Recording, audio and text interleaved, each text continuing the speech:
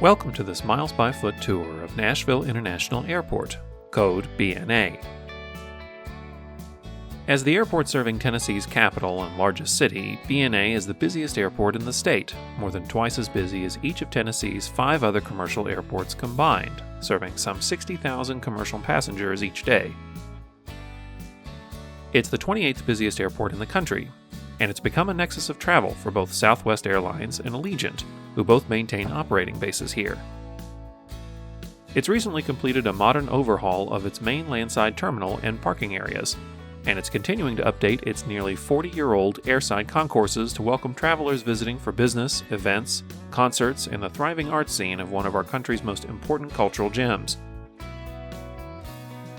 The information in this video is current as of April 2025, but check the video description for updates.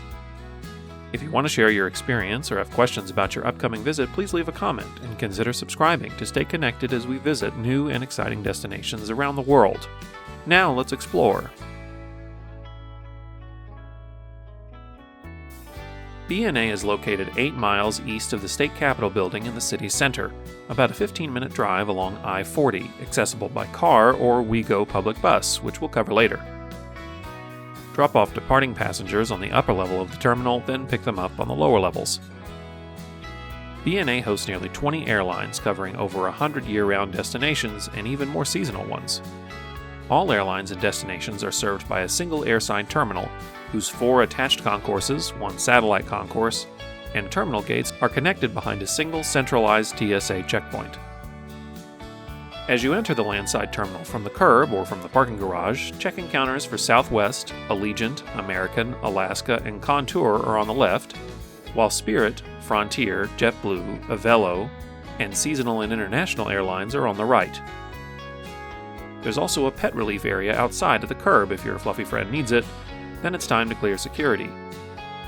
BNA's airside terminal has 4 full concourses, a satellite concourse, and a few terminal gates, totaling 55 gates in all, with A and B to the right, C and D to the left, and T gates straight ahead.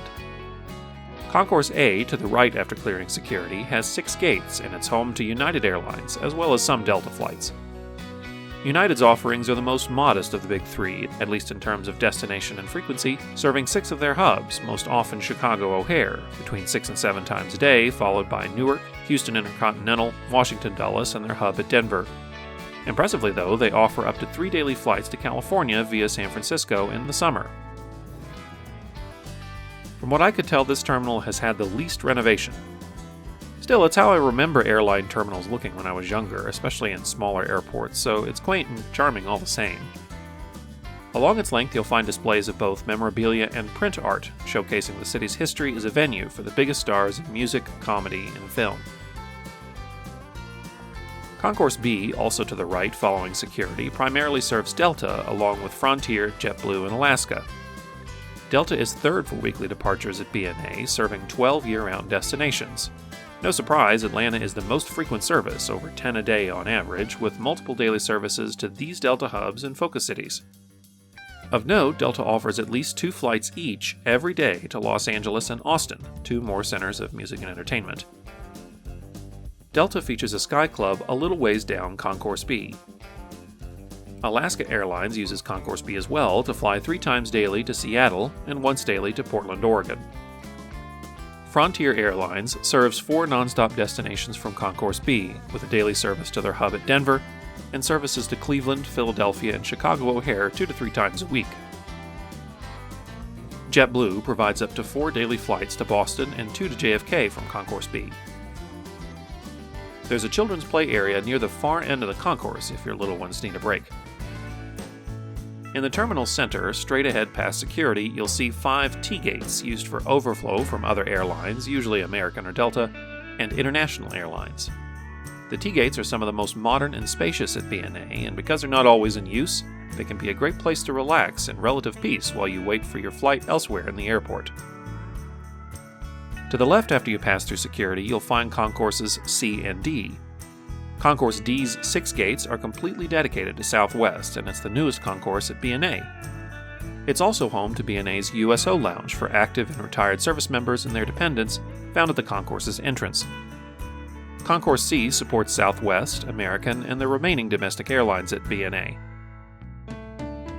Southwest is the gorilla in the room here at BNA, averaging nearly 200 daily departures, more than all BNA's other airlines combined, and almost 4 times more than former hub airline America's 50 daily departures. Southwest serves over 70 weekly destinations, too many to list here.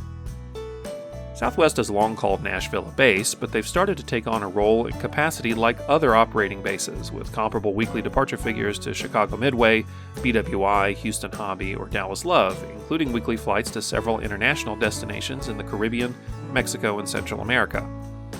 You might even find yourself connecting between 2 Southwest flights here, the true mark of a hub or a base, in my opinion.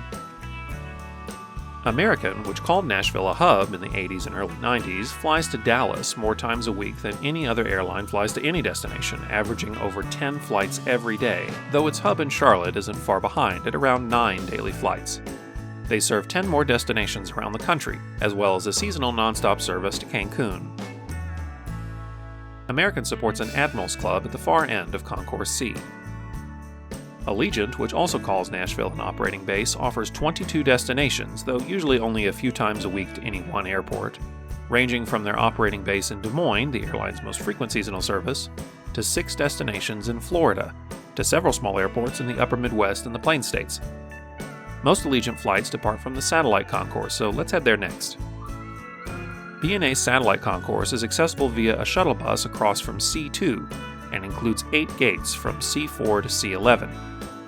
The shuttle bus runs frequently, once every few minutes or so, and it allows you an at-grade view of the airport, which, at least for airport nerds like me, is always a treat. Spirit is also well represented at BNA, serving 10 destinations from the Satellite Concourse, the most frequent being Orlando, comprising nearly a quarter of their weekly flights. Along with 2 other Florida destinations, they serve their growing bases in Newark, Houston, Philadelphia, Las Vegas, Atlanta, Boston, and New Orleans. The Satellite Concourse is also home to Contour Airlines, which provides daily service to Tupelo, Mississippi, with weekday service flying on from there to Dallas-Fort Worth. You'll find flights here for Avelo Airlines to their hub in New Haven, and starting in the spring of 2025, you can also fly nonstop to Lakeland, Florida, Charlotte Concord, Charlotte's alternate airport, Rochester, New York, and Wilmington, North Carolina, as well as the completely different Wilmington, Delaware, the state's only commercial airport. Sun Country offers a daily flight to Minneapolis from here, as well as seasonal service to Los Angeles and Las Vegas. Unlike some remote stands and satellite concourses at other airports, this one has several restaurants and newsstands, so you don't have to go back to the main terminal if you need something. International service is growing at BNA, with service to Dublin via Aer Lingus, and Reykjavik via Icelandair beginning in the next few weeks. BNA has a long-standing daily service to London Heathrow via British Airways as well. Canadian Airlines, Air Canada, and WestJet also serve BNA, with 2 daily flights to Toronto and Montreal, and 3 weekly flights to Vancouver on Air Canada, and 5 destinations served through WestJet, including Toronto and Vancouver, as well as Calgary, Winnipeg, and Edmonton. Flair Airlines, another Canadian airline, has suspended service to BNA for now. Mexican airline Viva Aerobus flies once weekly to Cancun. International departures typically use the newer, more spacious T gates, but sometimes they'll use B gates. As an art and culture hub, the airport features many static art displays, both in the old and the new terminals, most of which follow the theme of supporting art in the context of music and entertainment. There's even a small concert space in Concourse C. If you're coming to BNA and parking your vehicle here, you have 2 options: one of 2 garages or one of 3 surface lots. As of April 2025, either garage costs $30 to park per day, with valet running $40 a day, and the 3 surface lots costing $20 a day, which, if I can editorialize a little, seems pretty expensive even these days. Terminal Lot A is adjacent to the parking garages, so there's no shuttle, but it's close enough to walk, with the farthest space no more than half a mile from the terminal, 15 minutes by foot. The other 2 economy lots, B and C, are across Donaldson Pike, a busy multi-lane road, so they're served by shuttles, which arrive every 10 minutes or so. The cell phone lot used to be on-site, but is now a 3-mile drive on the southern side of the airfield, but as a compromise, you can park for free for the first 30 minutes in the garage in designated spaces. BNA features an on-site Hilton hotel directly across from the landside terminal, or across a pedestrian bridge from the upper level of the terminal. It also features a sky pavilion for guests, and me, after I asked politely, which features an unobstructed view of the airfield, the terminal, and runway 20L, which is ideal for plane spotting morning, noon, and night. The Hilton is connected to BNA's Grand Plaza, an elevated outdoor space with seating, a dog park, and children's play area. If you're arriving at BNA, you'll exit the airside at one of two exits at the meeting points of concourses A and B, or C and D. International arrivals will emerge from customs and immigration at ground level, meaning you'll need to recheck bags and re-clear security if you're connecting here. Once you've collected your baggage, rental cars and ground transportation are directly out towards the parking garages. Rental car counters are on either side before heading out to the garages, and cars are located on site, in one consolidated garage outside, across the pickup lanes, and to the left once you're in the garage.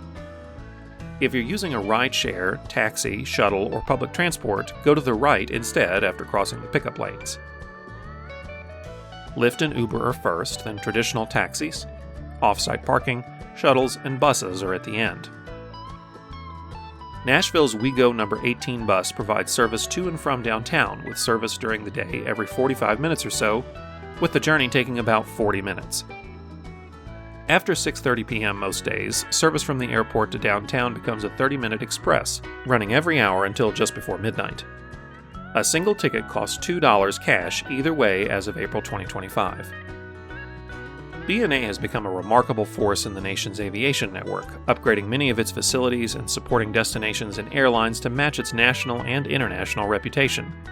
It's still in the process of improving its concourses and services, but compared to the last time I was here in 2019, they've struck a higher chord than before. Whether it's your hometown airport or you're coming to Music City for the shows and nightlife, BNA has something for everyone, even those who dance to the sound of their own music. If you like this video, please consider subscribing to Miles by Foot. This is the beginning of a new trip that covers 2 new airports for this channel, both of which have been long requested by you, so turn on notifications if you want to stay up to date with new videos. If you'd like to suggest airports to visit, or you have questions about your upcoming trip through BNA, or you want to share your experience, make sure to leave a comment too. I do independent research on these videos, so I'll do my best to help you in your next visit to BNA, or any of the airports we've visited on this channel. Next week we'll be doing a full unnarrated walk of BNA's airside and landside terminal. Until then, thanks for watching, and keep moving forward.